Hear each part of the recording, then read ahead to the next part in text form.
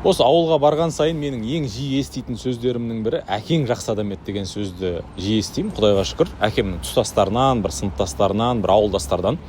Енді әкеңді мақтап жатса шынымен бір жүрегіңе жылы тиеді, қуанып қаламын. Енді әкеме Алла рахмет етсін, өмірден өтіп кетті ғой.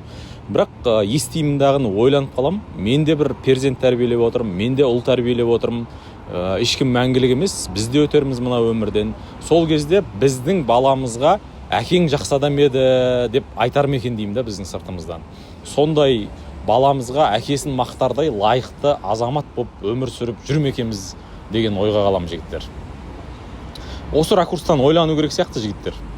Осы бір рилсті менің енді нәзік жанды оқырмандарымда көп қой, бір жігіттерге жіберіп қояқшы, осы ракурстан олар да ойлансын. Өзі жалпы менің идеал жігіт дейтін кітабым да, осы кітаптың миссиясы да сол. Өзіміз жақсы әке болу және артымызға жақсы перзент тәрбиелеп қалдырып кету.